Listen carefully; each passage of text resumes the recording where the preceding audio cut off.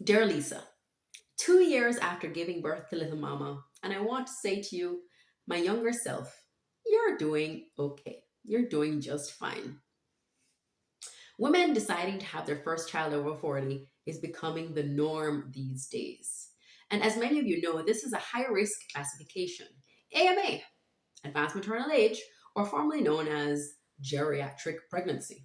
Like, seriously, geriatric pregnancy.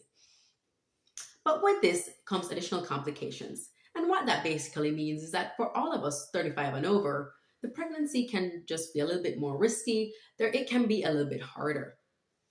Now, dear Lisa, I know that during your pregnancy, you did your research on what an AMA pregnancy would be like, and you were just a little bit worried. And rightfully so, because there is a lot more to think about. For example, women who have babies later in life have much lower energy levels. That certainly was me.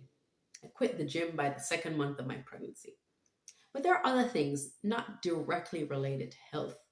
For example, women who have babies later in life are more likely to have more responsibilities at work to manage. Not only that, but they are likely to be tasked more so with caring for aging parents.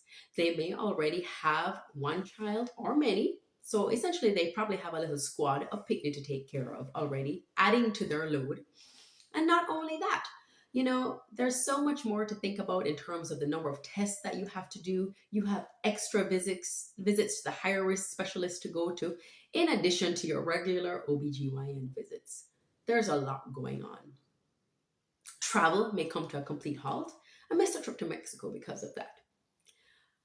Just so much to do, so much to think about. Preeclampsia, gestational diabetes, miscarriage. All those things become greater complications, greater worries for women who have babies over 40. But dear Lisa, I want to tell you, there was no need to worry. What really matters is that you have access to quality prenatal care. Now, let's be real and let's be honest. We know what the conversation around that is.